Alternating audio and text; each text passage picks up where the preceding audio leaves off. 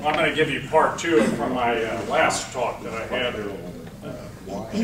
whenever that was, earlier this year, but it was basically on health issues and things people need to do to stay healthier, because again, with the changes taking place in this country and in our healthcare system, it's going to be imperative that everybody does as much as they can to stay as healthy as they can and not wait for sickness and disease to attack them there. But one of the areas that it's going to finish up with this talk in is something that probably most people don't hear too much out there. They talk about vitalism and mechanism. And those are two areas that basically separate our healthcare systems, because really our healthcare system is more of a disease or sick care system, and that's the mechanistic viewpoint. The body's the sum total of its parts. And it's basically looked at from a chemical and physical setup there. And the vitalistic part looks at it from that there are other things in control of the body that can't strictly be explained by a physical or chemical aspect. And I apologize, but I'll be reading a few things a little more than I like to, but there were some great articles out there kind of showing some of the dichotomies here and explaining that. So I'll kind of be reading a little bit from some of these articles just to kind of give you a flavor of where this is going. But again, it's something that people need to do to look at their own personal situations so that they can stay as healthy as they can, or get healthy if they aren't. But, so one doctor wrote in as an editorial in Explorer magazine. He said, since the 19th century, its advocates have promised that science will explain everything in terms of physics and chemistry. Science will show that there is no God and no purpose in the universe. It will reveal that God is a delusion inside human minds and hence in human brains, and it will prove that brains are nothing more than just a complex machine. He stated in 1963, when he was studying biochemistry at Cambridge, I was invited to a series of private meetings with Francis Crick and Sidney Brenner. They did a lot of work and discovered the genome system there. And they had just cracked the genetic code. Both were ardent mechanists. They explained that there were two major unsolved problems in biology, development and consciousness. They had not been solved because the people who worked on them were not molecular biologists, nor were they very bright. Crick and Brenner were going to find the answers within the next 10 years or maybe 20 years. Brenner would take development and Crick consciousness. Both tried their best. Brenner was awarded the Nobel Peace Prize in 2002, and Crick corrected the manuscript of his final paper on the brain the day before he died in 2004. At his funeral, his son Michael said that what made him tick was not the desire to be famous, wealthy, or popular, but to knock the final nail into the coffin of vitalism. Now, many details have been discovered since then. Dozens of genomes are even more precise, but there is still no proof that the minds can be explained by purely physics and chemistry alone. Fundamental proposition of mechanism is that matter is the only reality.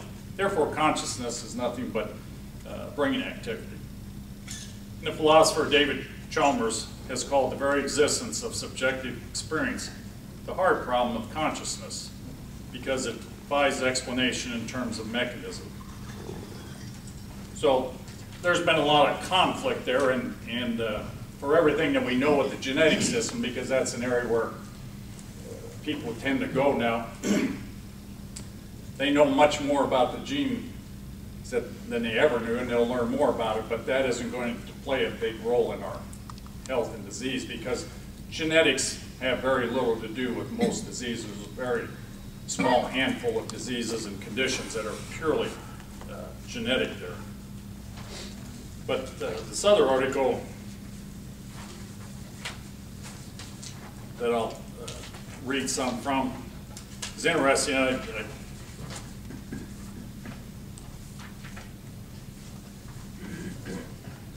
It's interesting in the sense that talks about placebos. Everybody's heard about the placebo effect in various things. and they were talking about, are placebos getting more effective? And drug makers are desperate to know why, because they want to play in on the effects of placebos, because placebos are becoming more effective than the drugs out there. This goes back to, this was a current article, and they were talking about Merck was in trouble in 2002 because they were falling behind their rivals in sales, and a number of their big sellers were going to drop off the rolls there as far as their patent rights were getting ready to expire. And when they do, then anybody can make this medication and sell it at a much cheaper cost because they don't have anything to do with research and development or anything else. But it's funny, when they do this, the drug prices never go down. They stay the same or go back up. But anyway, the head research director for Merck was telling Forbes, to remain dominant in the future, we must dominate the central nervous system. And mainly what they're looking at, and what you'll see in the future, is we aren't going to see much work in the line of antibiotics, and they're already saying that probably within 10 to 20 years we're going to be in the pre-antibiotic era. There won't be any more antibiotics that will work, and we'll just be left with superbugs.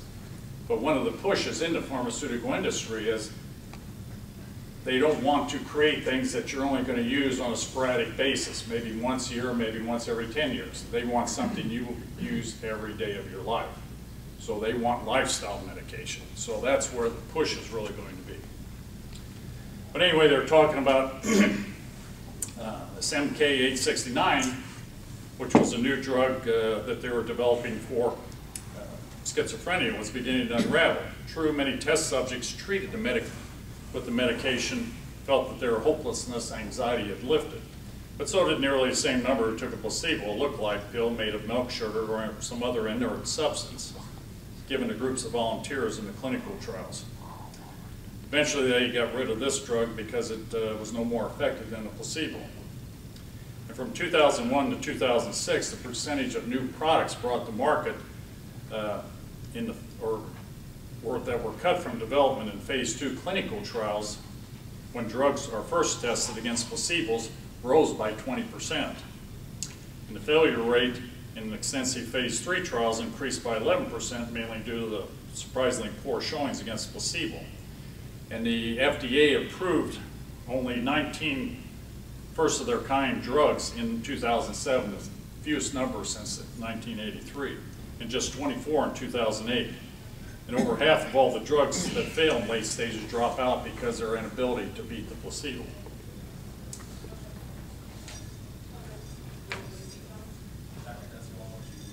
And it's what they're looking at. It's not that the well, they're looking too, because they're going back and retesting some of the older medications that have been on the market. And some of them, like Prozac, are starting to fail in their dealings with the placebo. The placebos are beating them too. And it's not that the old meds are getting weaker, the drug developers say, but it's as if the placebo effect is somehow getting stronger. And they've got a network of independent researchers that are trying to uncover the inner workings of the placebo and how it works. And at the same time, their drug makers are beginning to realize the need to fully understand the mechanisms behind it so that they can design trials to differentiate between the beneficial effects of their products and the body's innate ability to heal itself. Sounds pretty vitalistic to me. Special task force of the Foundation of National Institutes of Health is seeking to stem the crisis by quietly undertaking one of the most ambitious data sharing efforts in the history of the drug industry. After decades in the jungles of fringe science, placebo effect has now become the elephant in the boardroom. And one of the doctors that is running a lot of these trials is a psychiatrist, William Potter, who worked for the National Institute of Mental Health and now has been working as a drug developer for a number of years. As a psychiatrist, he knew that some patients really do seem to get healthier for reasons that have more to do with the doctor's empathy than with the contents of the pill. And some of the assumptions that they're looking at are, number one, was that if the trial was managed correctly, a medication would perform as well or badly in a Phoenix hospital or in a Bangalore clinic. But he discovered that, however, the geographic location could determine whether drug best the placebo or cross the futility boundary. By the late 90s, the classic anti-anxiety drug Valium was still beating placebos in France and Belgium, but it was failing against placebos in the United States. Conversely, Prozac performed better in America than it did where it failed in Europe and South Africa. And so, mistaken assumption number 2 was that the standard test used to gauge volunteers' improvement in trials yielded consistent results. But they found that the ratings by trial observers varied significantly from one testing site to another. It was like finding out that the judges in a tight race had a different idea about the placement of the finish line. And one of the other major doctors that's working in this from over in France, he found that after 15 years of experimentation, he has succeeded in mapping many of the biochemical reactions responsible for the placebo effect, uncovering a broad repertoire of self-healing responses. Again, they're starting to look at it from a vitalistic standpoint rather than just sticking a bunch of chemicals in there to make a change. Placebo-activated opioids, for example, not only relieve pain, but they also moderate heart rate and respiration. The neurotransmitter dopamine, when released by placebo treatment, helps improve motor function in Parkinson's patients. Mechanisms like these elevate mood, sharpen cognitive ability, alleviate digestive disorders, relieve insomnia, and limit the secretion of stress hormones like insulin and cortisol.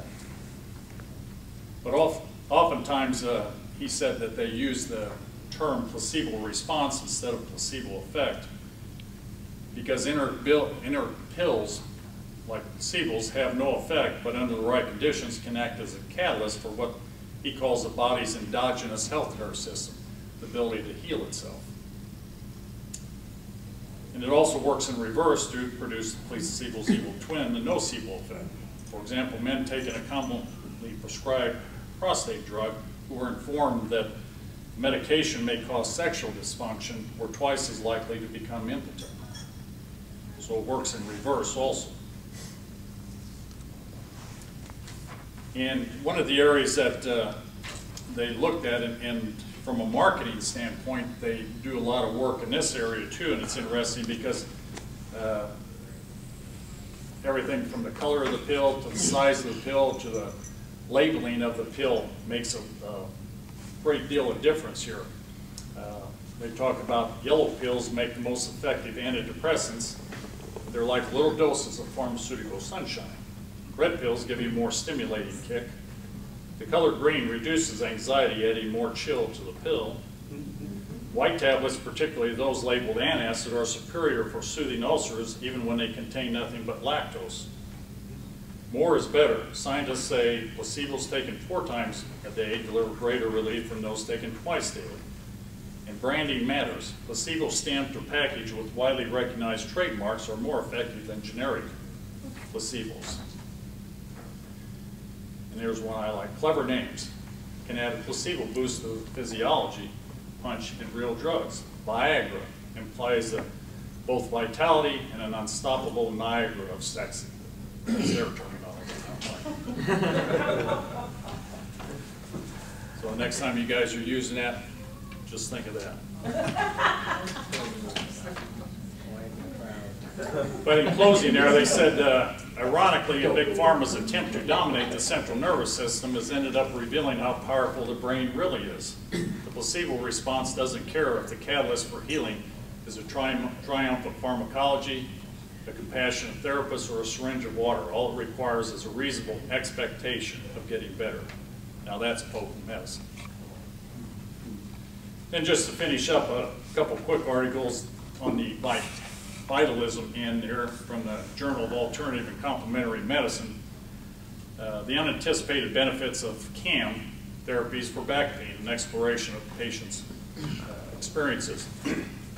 Basically, results of that after they used alternative, I don't like the term of that, but the alternative medical approach, and basically they use chiropractors, some acupuncturists, physical therapists, massage therapists. And the results were the analysis identified a range of positive outcomes that participants in CAM trials considered important but were not captured by their standard quantitative outcome measures. Positive outcome themes include an increase of options and hope, increased ability to relax, positive changes in emotional states, increased body awareness, changes in thinking that increased ability to cope with back pain, increased sense of well-being, improvement in physical conditions unrelated to back pain, increased energy, increased patient activation, and dramatic improvements in health or well-being. The first 5 of these themes were mentioned for all CAM treatments, while others tended to be more treatment specific. And a small fraction of these effects were considered life transforming. So their idea was maybe we better do a larger study on this and check and see on what some of the other effects are, more so than what the effects are with the back pain. And the final one here was a study out of human physiology that they did using bus drivers. They wanted a profession that has a high correlation of stress, and they wanted to check the effects of the stress on the body there. Because what they want to do is see how that correlates with and how the body handles stress, and it takes it from a healthy state to a state of pathology or disease there. But as they mentioned there, today many people, to some degree, experience chronic psycho-emotional, physical, and chemical stress, causing tensions of regulatory systems and mobilization of functional reserves. Depending on the functional reserves of the body, which they refer to as vital force, or that inner intelligence that the body has that controls everything. Different people exposed to the same stress develop different tensions of the regulatory systems. The interaction of the body with the environment determines the body's health or disease status. Therefore, in general sense, health should be regarded as an equilibrium between the body and the environment. And all stress is basically filtered and processed through the nervous system. And when stress becomes chronic, or the amount is significant, it can overwhelm the ability of our nervous system to adapt. And a lot of this work came from Dr. Hans Selye, a Canadian pathophysiologist back in the 1920s, so it's almost 100 years old, but he developed most of the ideas and concepts that we have on stress, and basically they've all been proven over time to be true. But he made an important contribution to the concept of health and disease. Owing to Selye's research in stress, the nonspecific component associated with mobilization of functional reserves, or the vital force of the body, can be interrelated or isolated from the body's response to various stresses. According to Selye, exhaustion of the functional reserves leads to failure of the adaptive mechanism and subsequent development of disease. In the study that they did, the pre-nosological diagnosis, which is basically looking at what things are happening before you get sick, was aimed at detecting so-called pre-nosological conditions, borderline states between health and disease, which was a further development of the ideas of health. Pre-nosological conditions can be detected in healthy people under stress. However, with sufficient functional reserves, a physiologically normal state is preserved. When functional reserves are reduced and regulatory systems cannot adequately maintain their homeostasis of the body, pre-nosological conditions develop, which can evolve into pre-morbid and eventually into pathological conditions where there's an adaptation of failure. So basically, what they found and what they do know is that stress, whatever type it is that everybody has, is probably the primary factor in any disease or condition out there.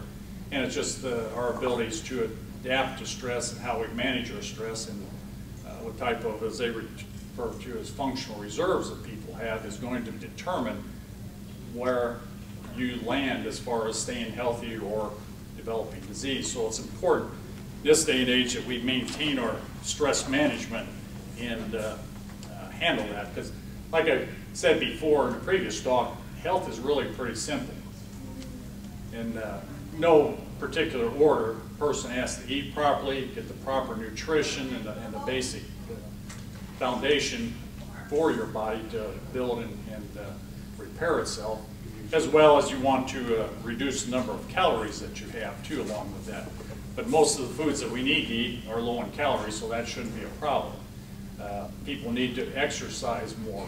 They recommend now that every man, woman, and child exercise an hour a day, every day, for the rest of your life. So people look at that and think, oh, I can't do that. But you know, when you look at all the time we waste, you know, if you're going to watch TV, just get up and walk in place for an hour or half an hour and roll around the floor doing some calisthenics the other half an hour. So it's really pretty easy if we look at that. We need plenty of rest. That's very important in helping our body recover and heal. Very important area is keeping a properly functioning brain and nervous system, because that controls everything in the body. But and also under that would be the stress management. But again, if you do the other things, that will pretty well take care of your stress management. So overall, health is a much easier route to go than if a person does get sick and has to wind up in a hospital or be treated for a serious condition or an illness. I'm sure most of us have experienced that with friends or relatives or with ourselves, so it'd be much better to go the other route and be the one visiting and not the one in the bed. So with that, I'll end my little series on